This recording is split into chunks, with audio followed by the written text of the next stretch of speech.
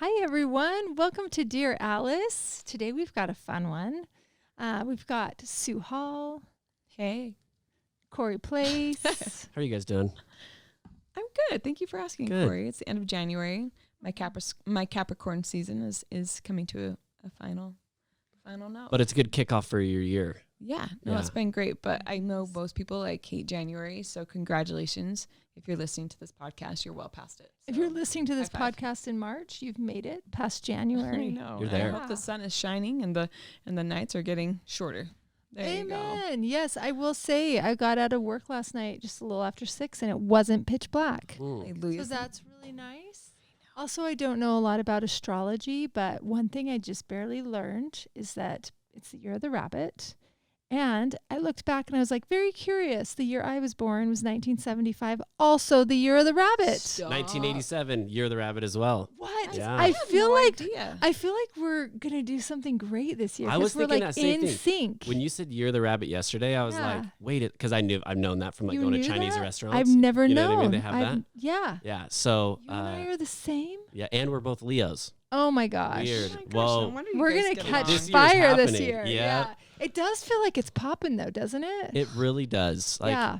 and there's been this like kind of doom and gloom when thinking Yeah. about 2023, and I've just had this like feeling in the back of my head is like, no, it's actually gonna be good. awesome. Yeah, It's gonna be a great year. So- it is. We've also had like record amounts of snow in Utah this winter. We've had more than like in 195% or Yeah, something like yeah. that. I was just gonna say 200%, but I think it's 200% of snowpack or Yeah. of normal or however they say it. of where we're at in a year. So Oh, We fantastic. get to water our grass this summer, y'all. Cheers. High And five. also we're going to make the Great Salt Lake not so dangerous. They say it's cancer An causing if atomic it gets too bomb just, low. like waiting. We're all going erupt. to, those of us in Utah are going to blow. No. Yeah. what's funny is like out in the West Fields, like in southern Utah County where I live, people are like, "There's too much water. Like I have to like siphon out of my field." It's like we have too little water, too much water. It can't make people happy with We're water a these desert, days. y'all. Sell your Take field the and water. collect your real estate money and stop complaining. Yeah. Yeah. Congrats on being landowners. Exactly. Yeah.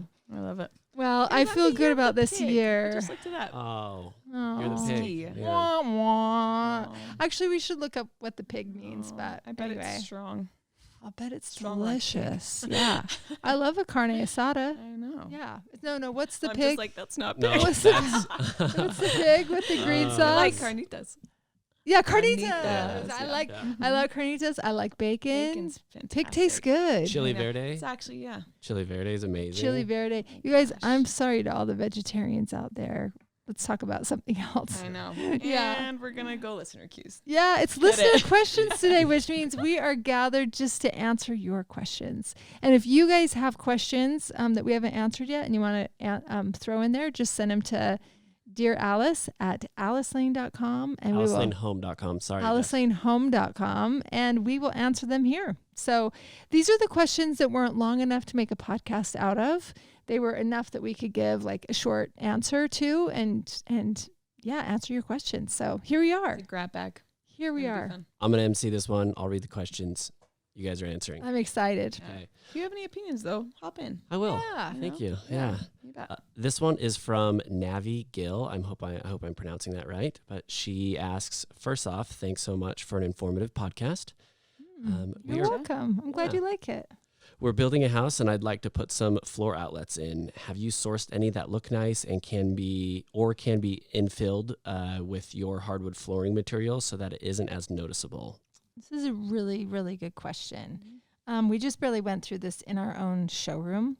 And we do this with actually every set of floor plans we have. We figure out how are we going to plug in all the lamps in the room and, other such things. And what we always aim for is we do the space planning of the room, meaning this is where the rug's going to go. This is where the sofa sits. These are where the chairs are going to sit. Maybe these chairs are going to have a lamp in between. And then we place the outlets underneath the sofa, underneath the table. Pro tip. It's not going to be under the rug because then you have to cut a buttonhole in your rug and thread wires through it, which is a major bump ski for the value of that rug. But you don't ever see those outlets. The game is put the outlets in a place where they'll never be seen. So the good news for you, Abigail, is you don't have to worry about what they look like. Don't bury your money under the sofa. Don't spend money. Don't spend the time in filling that. You just want to put that centered under the sofa, and then you're going to plug in a power strip under there, which you could spend money on. There's cute ones, but nobody's going to see it. And then you're going to run your lamps on both sides of your sofa underneath this from the end tables under the sofa. They're going to plug into that extension cord power strip, which is plastic, and you can get it anywhere on Amazon for not very much money. And then you can spend money on other fun things that the eye will see. And I think as designers, every day we're always trying to like hide the lamp cord. No one wants to see the light source. No one wants to see the cord. And so it is just Jedi mind trickery. And that is probably our top one. So make sure when you're building at your house, work with a designer if you're not, or like work with somebody that can at least like help you space plan that. Or you can space plan it like with paper on grid paper. On grid paper, and just understand realistically the size of your sofa, the size of your rug, and where they should, because it's expensive. You're drilling down and putting an outlet down there. So core drills are super expensive on the main floor level.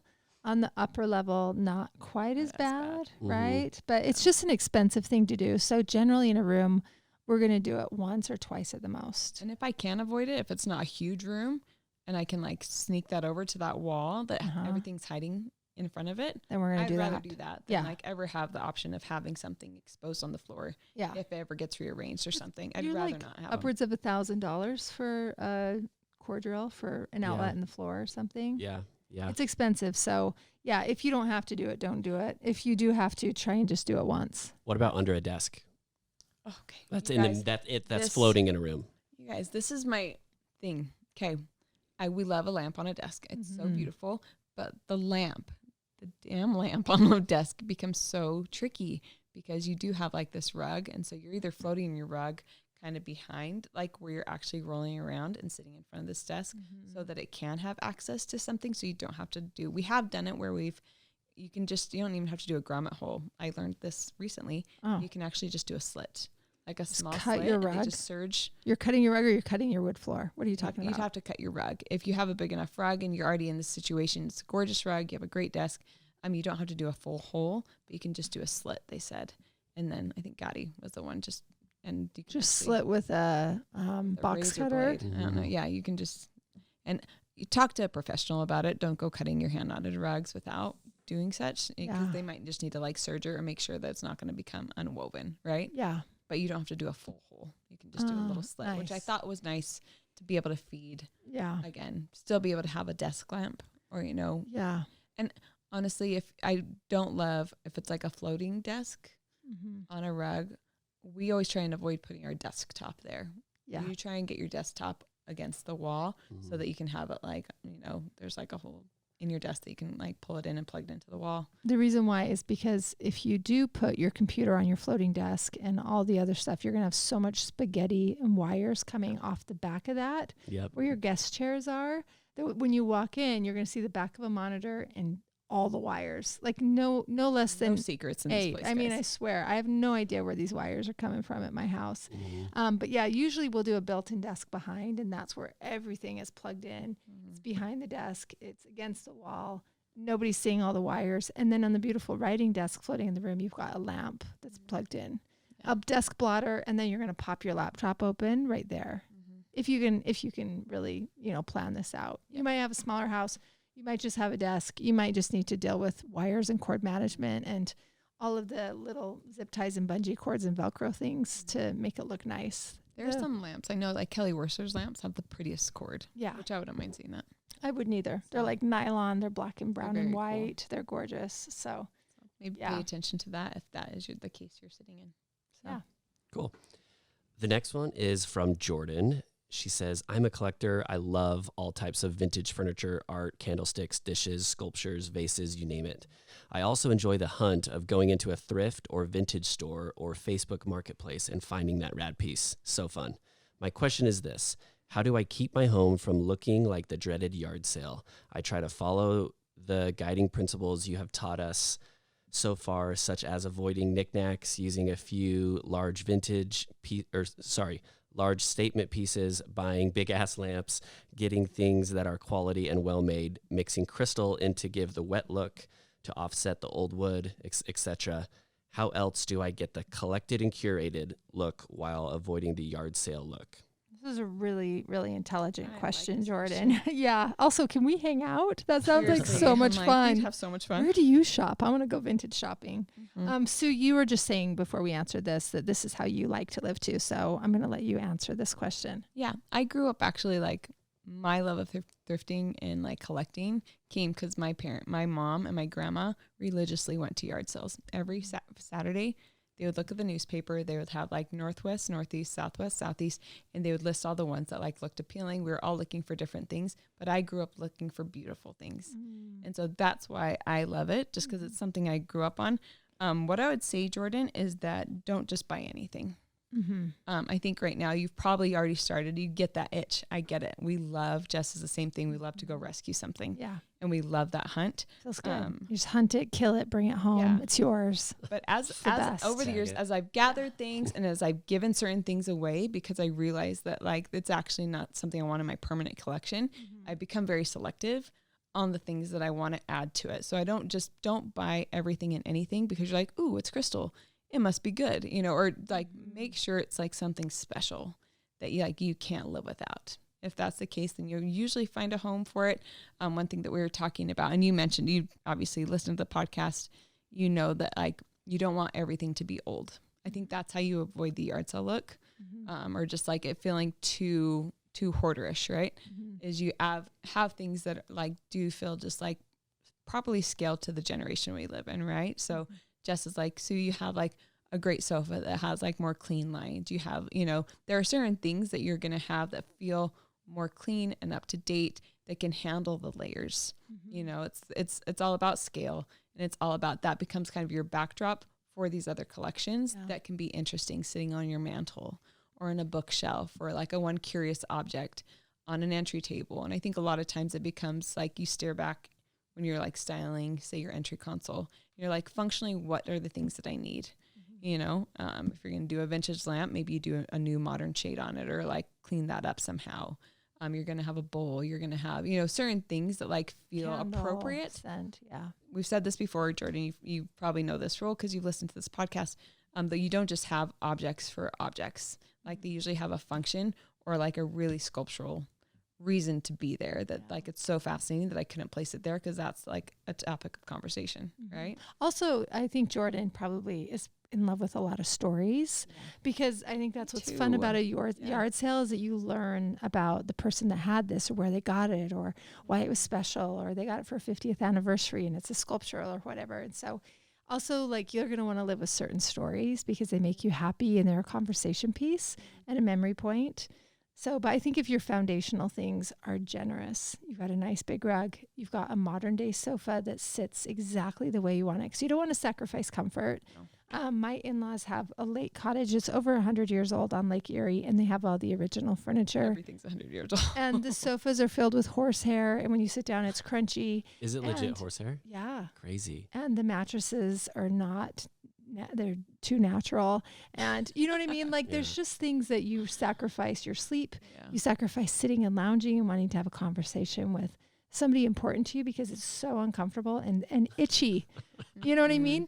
I do think like there's a great place for an occasional chair that has history that doesn't get a lot of sitting, but don't give up your comfort. Foundational pieces. Yeah. I mean, you could have an antique hand-knotted rug. We'd love that. Yeah. But get a modern sofa. I think those Victorian older sofas are going to be charming maybe at the foot of a bed or something, but the things you're going to really sit on every day and watch TV, just make yourself Our bodies comfortable. don't fit in antique furniture anymore. Yeah, we're too big. Yeah. Too big and fat. I know, we're disgusting.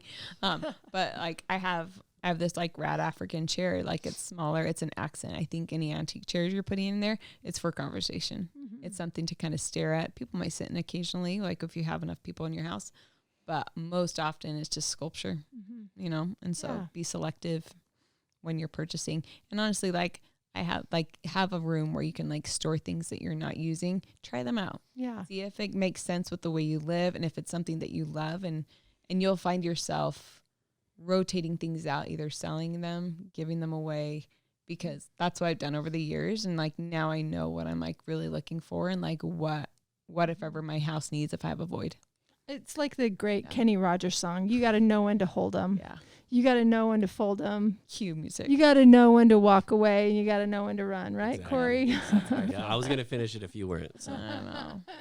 But I love that you like collecting. I You do love it too. And I too. think, I think that that's what makes that Arc Digest moment, right? When you have the tension of the Totally. old with the new. Yeah. So Also, that stuff will make great gifts to your friends that want to collect and they don't know how. You just wrap up that crystal ashtray and tell them a Merry Christmas. Merry You know what I mean? Christmas. Yep. Yeah. Some pretty candies. Yeah. Okay, the next one is from Elizabeth Zarian.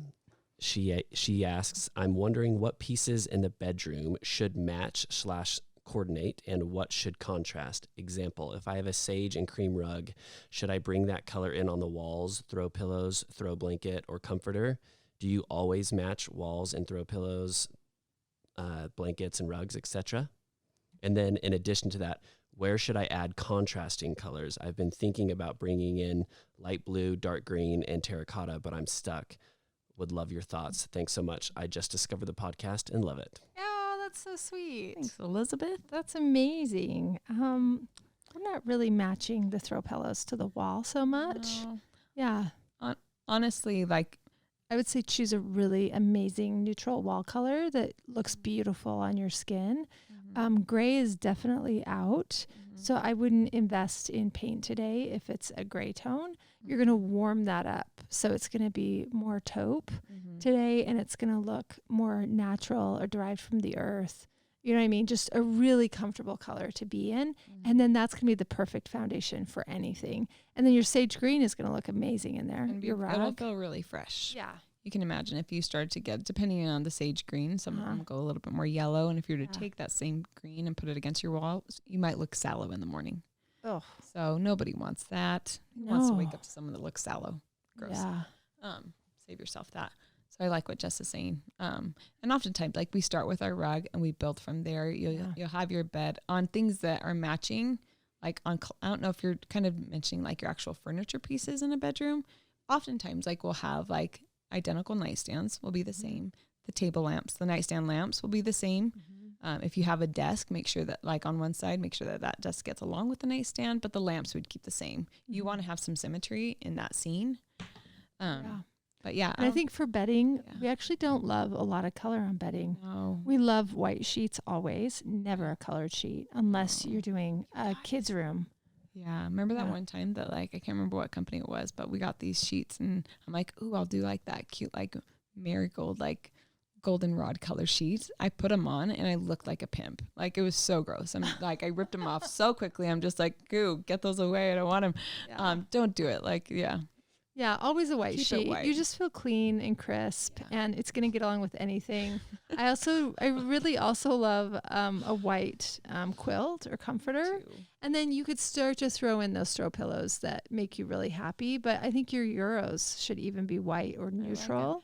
It's just like Use color only on your throw pillows, and they don't have to match your wall, and they don't have to match your rug. They need to get along. And I think your scheme that you mentioned sound really beautiful, Elizabeth. The terracotta is so hot right now. Suzanne, you love the color dark green and green. Do you want to speak to that? I think that's Would you use fun. that If with you- sage? Yeah, I think so. And I think that's, if you want to, if you're saying like, oh, actually, like, I like the white bedding, but I want to be cocooned and I want color, then maybe you're taking that sage green, look at a paint deck and try and find a strip where, like, it goes like a little bit more bluey, you know, so it's not so hot in the 90s. And like, maybe like your walls do become one of those colors, and then you're going to throw like a, you know, this like really gorgeous, like, Queen's velvet and a dark green as a bolster on your Gorgeous. on your bed, you know. Love So that. then you're kind of creating this tonal story based off of the color that you're using in your rug. That I think is beautiful and would give you a little bit more of a dramatic environment than keeping it all light. But if you are a light, bright person, I think what Jess said of just like doing something neutral and then building there, and you can still pull color up onto your bed. And honestly, I probably would be more drawn to that if you already have sage green happening on a large thing, to make it more tonal, having everything be white and pulling a color of the green or like a little bit of that blue with it. Also, your art can play into this and everything. But I think when people start to be like, I like terracotta, I like blue, and I like green, it starts to kind of look like the primary colors a little bit, or like too blocky where my eyes are going to stop and get hung up on those colors. So I'd rather you start to just kind of go tonal and then see what other colors look good in contrast with that, and that your eye doesn't stop. I think in a master bedroom, you just want colors to melt. Yeah, exactly. Because you just want to feel so peaceful. You don't want to feel energized. You don't want a lot of things popping off. Yeah. You just really want this melty feeling. Suzanne Hall, what color is your master bed or primary bed? Excuse me. It's green. It's green. Yeah. Yeah. I call it Hable green because it's kind of that bluey, gorgeous. It's so pretty. Yeah. I love it. It's like a really good medium to dark green. And you want to know what? I painted my walls neutral, and like all my other bedrooms, like my kids' bedrooms, are darker than that. And I miss that because that's the kind of person I am. I'd rather have it be a deeper saturation. It's also super restful though. It's very restful, and you can kind of concentrate when there's more saturation on the walls. And so like if I go to paint my bedroom, I probably will take like a version of that and go tonal. Green on green. Kind of envelop myself a little bit more. Yeah. What color is your rug with a green bed? My rug is just my carpet, just because kind of like you, I just don't have a lot of room. And I think it would just become a tripping hazard with the footprint that I have. Yeah. So, I do think that's a space expanding trick in the bedroom is if you don't have a big room, don't do a rug because you're trying to make the room feel larger. And so you can just, it'll just feel really clean and edited, add interest in other ways. Yeah, but I have metallics. I have like kind of those Ole Mercury lamps. Like everything else is like a little bit more, it accents the green without having to compete with the green. Yeah, and it adds that wetness or that shine where you've got a dry velvet bed. Actually, your velvet's more of a wet. It's like a shinier. It's a little bit more vintage velvet looking. It has some striations. It's really pretty. It's just natural and lovely, and the colors don't feel fake or artificial. Oh. Yeah, they feel like they derived from nature. Exactly. Beautiful. So love it. Okay. Hopefully that answers your question. Yeah. The next one is from Casey. She asks, if you are painting the exterior body of your house white, have white windows, and want white trim, should you paint the body and the trim the same white color? I think not. I think the body of the white house needs to be has a little bit of depth to it to add interest. Because you're going to just want to. Like warmer, like side of white? More earthy, like more organic, that looks like it's, I don't know, it's been there for a second. If it's too bright, especially if you're to do all the things white, the same tone, it looks like you just sprayed it down. It looks like the builder chose your white, and it doesn't look like a custom home. And it's like the party foul of the decade. We just go through old neighborhoods, and everybody's painting their houses these optic white colors. Yeah. That look like Apple computers, and it's not right on a house, and it doesn't look good with landscape. So it's got to be a more natural white. It would probably be in like the off-white color section of the Ben Moore paint deck. And they kind of go into the taupes a little bit and the grays, and you're going to find honestly, I'm not kidding, you're going to have to sample 15 because that's what I had to do at my house to find the exact right color, because depending on the direction that your house is facing, depending on what it's reflecting off of, what the landscape is, you've got to flatter what is happening and the sun, because that's gonna put a golden glow on it. Unless you're north facing and then there's no light, so then it's got to be brighter. So it's not really a one size fits all thing, and it really would be worth hiring a professional just to help you curate that palette, because it's such a massive investment. Yeah, and I think even when you go on some of the off-whites, it's still going to be some of them are still going to be too white. I agree. When you take them outside, because you have optimal lighting, right? You have the sunshine, and it's just going to it's going to look like primer a lot of the times, and that's what we're seeing right now. It's like, oh no, they haven't finished. Yeah. Because everything's the same exact shade of white. We pull up. Please tell me you're not done. I know. Yeah. So yeah. So even if you're inclined to stay in this white because that's what you're wanting, grab a couple that are darker and sample those. Yeah. And then pop the trim in white, which it'll look really, really fresh. Your trim and your windows and everything else, and it won't look so much like IKEA and it's all the same shade. Yeah, it'll be more designer. You won't regret it, I promise. And sample it for you. Sample big parts on your house. Take it really serious, and it's going to be your part-time job for a while till you get it dialed in. Yep, and make sure you understand your landscape and things and what that looks like. And ask people that you feel like are stylish, and if you're not going to hire a professional, you got to maybe get it crowdsource. Yeah, crowdsource. Yeah, that's a good one. Yep. Katie Murphy Stovall wrote to us and asked, we just moved into a newly renovated house, originally built in 2016. The front door has side panel windows. You can see completely through into our living space as the windows aren't decorative or frosted. I need help finding a solution to hide from the neighbors and summer salesmen, but also something that doesn't look like grandma's country kitchen. Oh, yeah. I love it. So she has side lights next to her front door. So do you. The long, skinny windows. Yep, I do too. I did art glass on my two sides. There's a really amazing art glass company here in Utah. They do a lot of the LDS temples that do huge, amazing art glass windows. I didn't want something that looked like grandma's country kitchen either.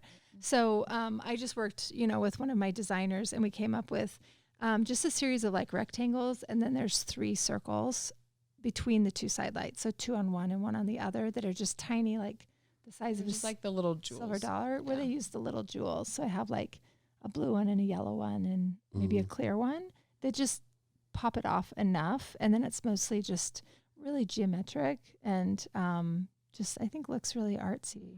No, it feels kind of like Mondrian, as far as like its most proportions. Most of it's clear, and then it's just got a little bit of obscurity to the clear, because I also didn't want to be on display, and summer salesmen, I totally hear you, and the neighbors and all that. So yeah, I think have like the leaded glass kind of breaking up your panels, which is really, really pretty. I think that's really beautiful. Yeah, it sounds like I'm an old lady, but it really is more artsy. Yeah. Yeah. I love it. I'm an LOL. I would do I'm it a little again. old lady. Yeah. But like yours, and I think I have a whole section in my Pinterest of just like, and you can do like fun colored glass. Yeah. And just like make it artful. It could be more Frank Lloyd Wright. Exactly. And yeah, it could be really, really lovely. So that's an idea. So you're thinking replace the glass, right? Yeah. So sure. I don't know if hers are built into the door system or if they're built into the wall. Yeah, that's going to cost you. Yeah, so the wall's going to be harder. The wall's going to be harder, but definitely still doable to take the glass out. Or you can just do an obscure glass, right? Like, what are our favorites? Not the ribbed. That's done. Don't do that. Sometimes we still use that ribbed one. I feel like there's the reeded, Glacier's like the one. Yeah. There's some Glacier, or there's one with like, it's just kind of wavy. from like a is it called taffeta? I don't know. There's It looks hand poured.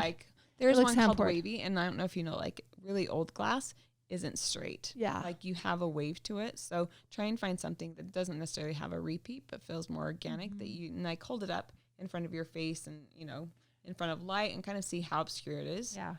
So I'm moving my hands. Yeah. And just to try and illustrate that. But as far as obscurity goes, if you're back far enough, they can't really tell. They might see movement. But that's your prerogative. They're not going to be able to see your face unless you stick it right next. You put your nose on the glass, and then they'll be like, "Oh my gosh, Sue, that's you." Yeah. I can tell you're obscured, but I can tell that's your bold lip and your blonde hair, kind of thing. So I think that'd be a classy way to do it. You're not going to find a window treatment that's going to. You don't want a blind that big. It's too long and it's too skinny. Weird proportionally. You don't want to make custom Romans. You don't want drapes. That would be strange. So you really. Shutters. Yeah, shutters are kind of. It depends on the style of your home. We haven't done that ever. If you're in the South and it's really thin shutter and it's authentic, maybe. But yeah, most often they're too bulky and big, and like for again that proportion of a window with the actual like panel that the actual louvers would go in between, it just doesn't. It's too right. chunky. It's way too chunky. Yeah. So sorry to say, you're gonna look into some custom glass. Yeah, and I would say the seated ones, like some of them look very 90s. That was like super hot in the 90s was the seated. Yeah. So they did it in the kitchen upper cabinets, the seated. So avoid that. Yep. Yeah. Okay. Hope that helps. I hope you're not frustrated by that answer. Well, go look at Jess's picture on the portfolio, Jess Bennett's house, and you can kind of see that entry picture, and you can zoom in and look at those side lights, because they really are something to behold, and it's an art installation. I have a question for you. Mm-hmm. If it is the kind of glass that's like built into the wall, could she? We've never done this, but could she hire the art glass, folks in her town to create something beautiful, and could they have it like in a framework that could be pushed into that system?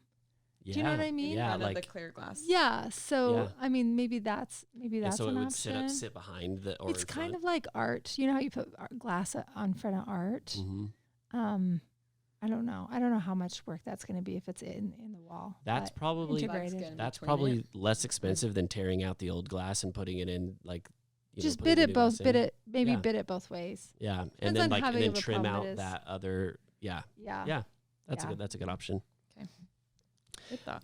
The next question comes from Abigail. She says, "My husband and I are starting out with some mismatched furniture. Of course, we hope to slowly upgrade our pieces, but do you have any advice to tie things together and make the best of what we have?"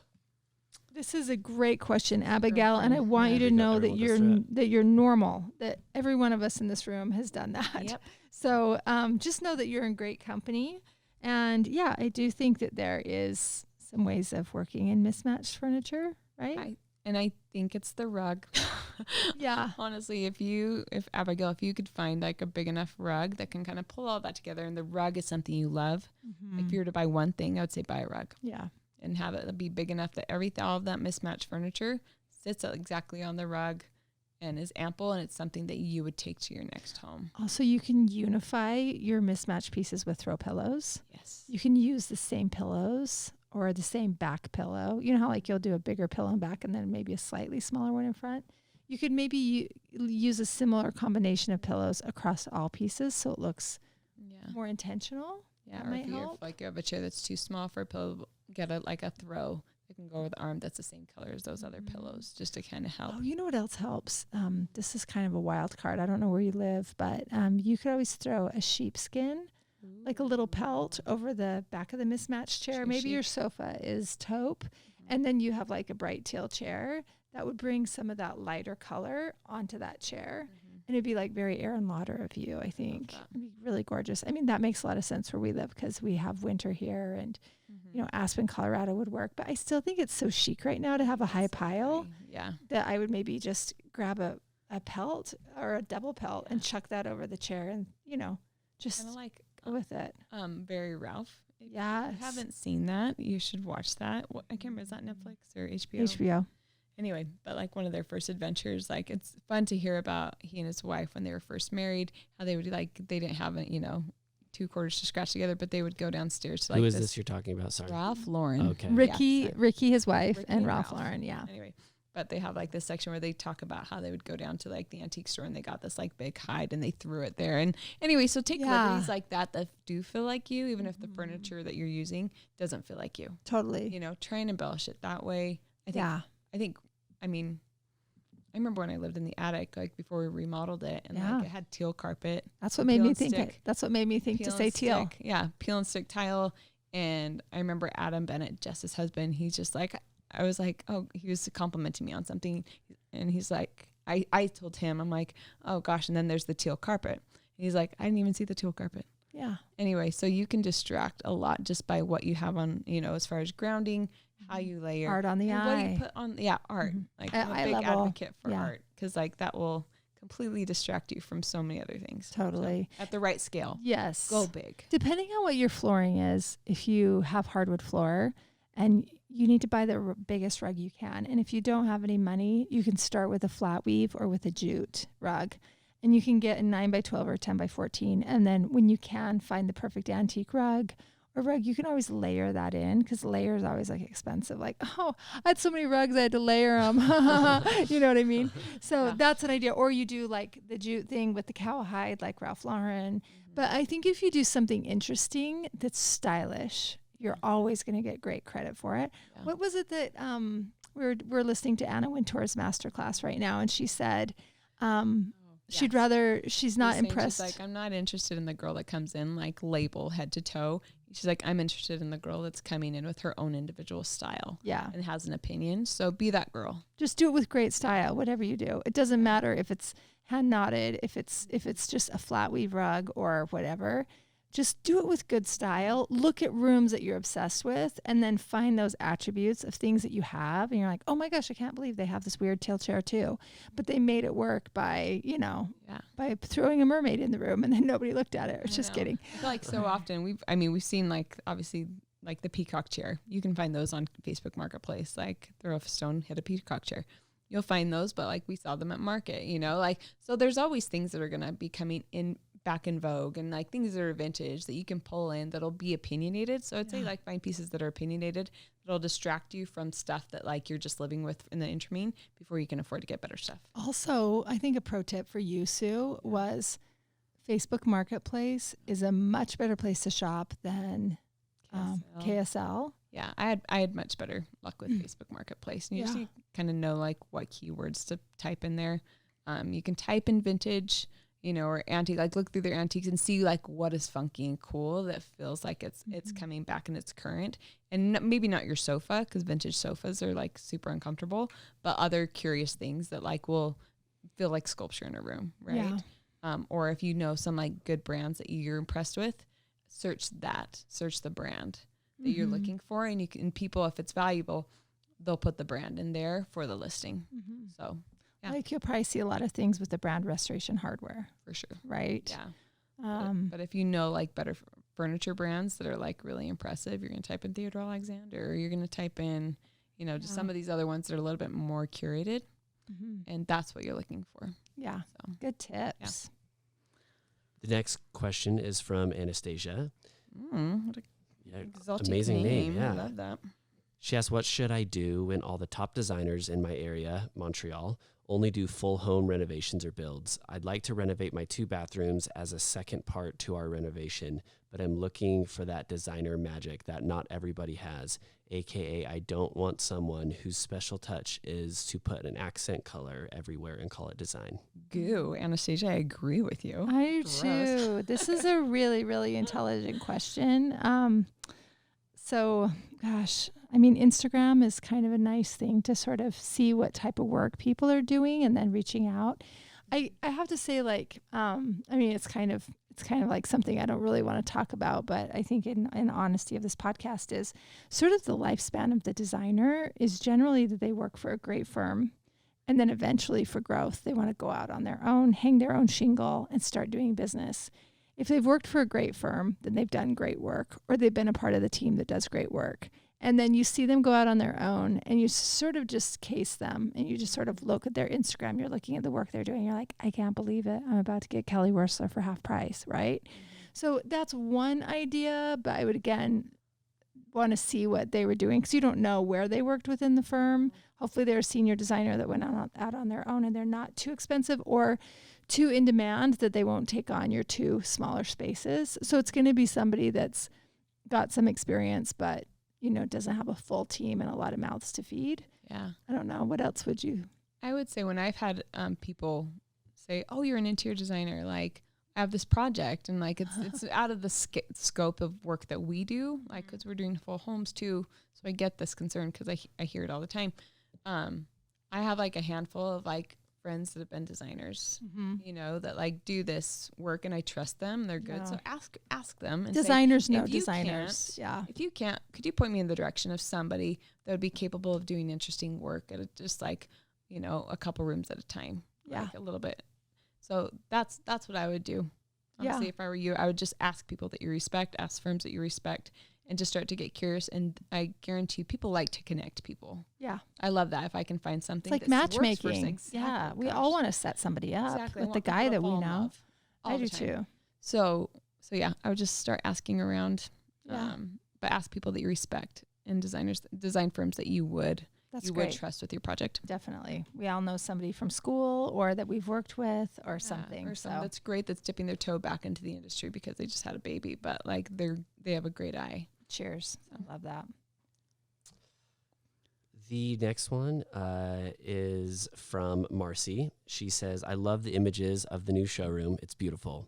Are you able to share what white paint color is used on the walls and the gray color on the ceiling? Oh my gosh, Marcy, thank you so much for asking this. I wish I had known. I would have come prepared. So let me get those, and I will share those on the next podcast. How's that sound? I think is the white French canvas. No, that was in the back. Never mind. I know we had so many paint changes, like legitimately in the teens. It was steam, wasn't it? Steam is the white that we used. Yeah. But the walls are not steam. Steam is Suzanne's favorite color of white. So much.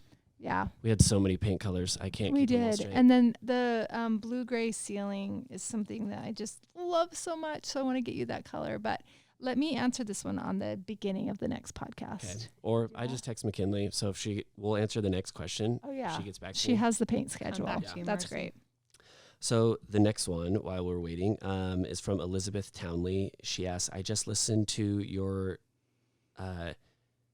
Tips. says, yeah. Probably tips to Yep, transform. tips to transform your home for the holidays podcast episode. And I was curious how you feel about exterior Christmas lights. If you're a fan, how do you decorate with those and what color?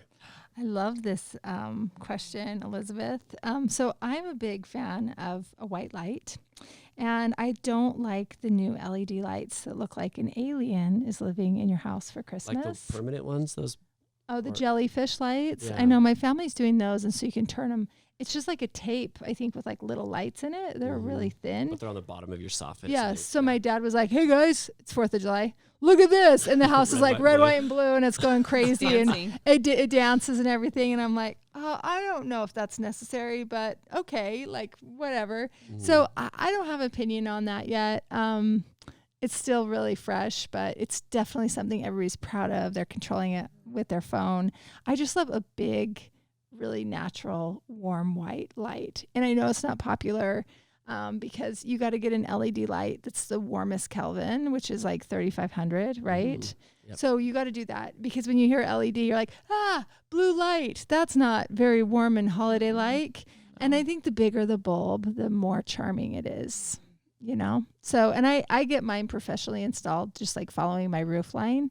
And then I do garlands on my railings, but I don't do lights on my, I'm too tired by the time we decorate the whole store to deck out my house. So I'm probably a real disappointment to my neighbors, but I just kind of do a great wreath and do some fresh garlands from Costco. And they're super bendy and easy to work with, and they smell good. And yeah, so that's what I do. What do you do for lights, guys? What, like we've talked about. Okay, so if you've been in Salt Lake, or like we have what is called Temple Square in Salt Lake, and they do, as far as like my favorite type of lights, and I still like around my house I like white lights, but we have a huge linden tree, and my goal is to have that professionally lit. Oh, that'd be like so they would gorgeous. because I'm like, I don't love it when you drive by a city park and they only have the trunks wrapped.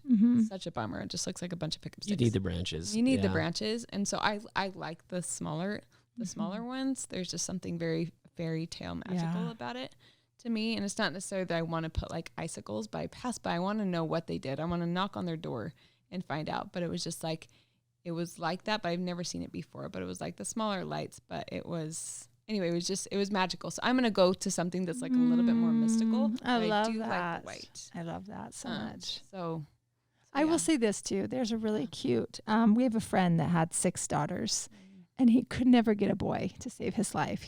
They just kept having all these darling daughters. So for Christmas, he was just like, I'm just going to lean in. Like, I'm one guy.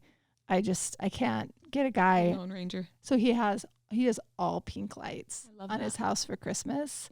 And it is the cutest thing you've ever seen. All the trees, every tree is done. The gates are done. The big house is done. It's just pink on pink on pink, all shades of pink. Every different type of bulb. And it's so fun. And then what do you know? He finally gets a boy. And he has one tree that's blue. Oh, And then the That's entire amazing. yard is pink in the house. And I think it tells their story perfectly. So beautiful. And the kids love it. It's really for the kids, you know, and it's so fun to drive by or pull up to and be like, these guys are the best. Like, it's just this really fun individual story that nobody else does. And that's very much like him. Like, he doesn't want anything that anybody else has. So it totally suits him. So it depends on like where you are Your on the vibe, spectrum of right. Christmas. Yeah, your vibe. Like, I think the linden tree is so iconic in your house. It's like twice the height of your house. Yeah. And I think it would be very like tree of life and extraordinary to have this so much fun. I'd way moment. rather like light that than my house, because I think it'd be so fun. It would be so fun. And people would drive by slowly just to stare at them. And Sue's house in the fall is just like, this tree is Bright yellow. amazing. Yeah. Yeah, but I love that he did the multi-size bulbs. I think that's darling. It's so cute. I In fact, love that. to get really It's magical. technical, It's like a fairy tale. I just remembered what he does is he has the same light person do it every year, but he unscrews all the bulbs and then they alternate different bulbs on one strand. Cost you. And so there's like the big round ones, the little tiny ones, the medium bulb ones, and so it's just like so Seussical. It's just magic. Physical, And nobody would do it. No, it's too much effort. And he does one it guy. That's every so much year. fun. Yeah, it's so what fun. a cool story. I love that. So I have not done lights on my house yet. I'm the worst. I say yes. Not. You're great, Corey. Thank you. I There say you yes go. to too many like projects, so I'd never have like time to do it. Yeah. Also, And- you just moved into your house, so Yes. just cut yourself Brand some. new. Yeah. And my pitch is you have a insane. baby. What do you So- like? What do you like when you drive around? I'm a classic like warm white like type of person. Having said that, like if I love the It's a Small World at Disneyland during Oh. Christmas. It's the most fun. I would probably do that on my house if I What would could. that look like? I can't picture it in my mind. Oh. Is it multicolors? Is Yeah. it white? It's so fun, and it's just like everything, and it's just. Oh, Do you want to know something fun about my mom? yeah. About Provo Grandma. Always. So she lives in this If you college guys want town, to follow Suzanne's mom on Instagram, it's Provo Grandma. and she'll send you reels all the time. So lucky you. That's Because amazing. you'll be one of her close friends. But she she's very much like the twinkly light person. She is like Vegas. Like these things are dancing. And like it is just the string of lights, and they are just like wrapped like candy canes up the columns and along everything. It's just icicles, and like, so I'm coming from like, isn't that, we just pulled up a picture of So Small World, and it is beautiful. like, Yeah, it do is- that. If you've been to Make that your Disneyland at North Christmas, Star. like it is like the most magical place you've ever been. It is such Oh, And there's, that like, gives me cold chills. There's like flickering like warm white lights everywhere, so it looks like it's just like oh, glowing. sparkling, Yeah, like sparkling. Beyonce. Yeah. Oh my gosh, it's so Sorry, love Suze, it. I cut your story no, off. but very much like my mother, her like within her budget, she tries to make her house feel as close to Small World. When you said that, I'm like, that's Provo Grandma. Mm-hmm. Yeah. She loves it, and it dances and it sings, and she has the player piano going loud in the middle, and it's I a cannot magical wait vibe. till I'm in my 70s and I can just go do hog whatever wild. the hell you want. Yeah, it's Yeah. Christmas. It's so much fun. Yeah. You're a designer. Designers and old people can do whatever they want. Yeah, The that's best. true. That's true. And you know what? So can you, Elizabeth Townley. You do whatever you Go for want. Yes. Yeah, So- but just do it in good taste and be Yeah. fun. For Marcy, McKinley came through. Oh, Marcy. Nice. We have your answer. Gotcha. Okay. So for the white is Baby Fawn by Benjamin Moore, Mm-hmm. and the gray on the ceiling is Foggy Day, is a Sherwin-Williams color.